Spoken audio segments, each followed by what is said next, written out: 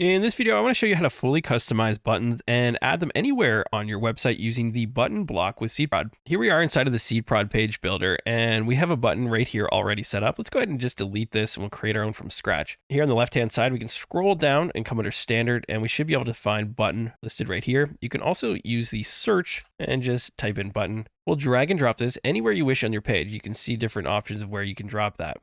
I'll drop it right here. And by default, it's using the global styles for this theme that we set in our global settings. But we can fully customize this locally as well. Let's click on block settings, and we have the options on the left side here. Here we have our text that we can change on the left-hand side. We have some subtext here as well. You can maybe use this for a phone number, an email, a little bit of sales text, whatever you wish. Here you can place the link to any page that you wish. For example, your sales page, a contact page, about us page, whatever makes sense. We also have the alignment, so I'll send this to the left-hand side, the right side, or you can stretch it the full width if you wish. I'll keep this to the left-hand side. We have the size of the button, so we have small all the way up to 2 times large, so whichever one makes the most sense for your design. And we also have the icons here at the bottom. So you can put an icon before the text or after the text. For example, I can put one here, choose icon. I'll search for an arrow and one that's facing to the right side. Here at the top, we also have templates, and you can just simply click on one of these and it'll instantly change the design of your button. For example, here's a yellow button, here's a pill button, green button, orange button, etc. At the top, we also have advanced, and here you can really fine tune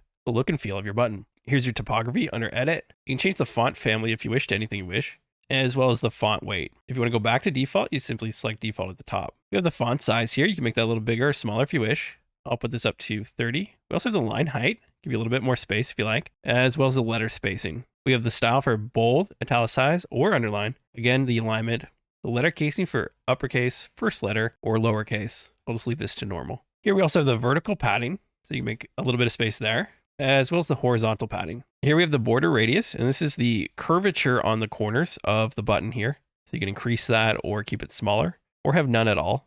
We have the button border width, so you can add a border here. I'll add, say, 4 pixels, and then pick your color. And if we come down, we have the text shadow, so everything from hairline to 2 times, or custom, as well as a shadow on the box itself. So if we add a large shadow, it's hard to see here, but there is a shadow underneath there.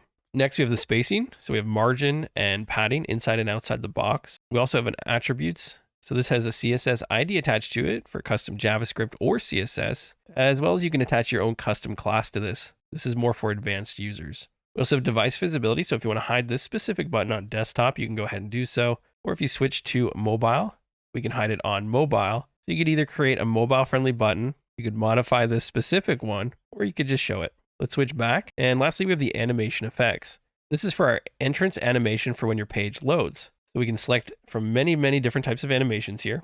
Everything from flips and bounces and fades, zooms and rotates. So a simple fade in, I think looks good. And once you're happy with everything, you simply save. And there you go. You fully customize your own button, which you can place anywhere on your website.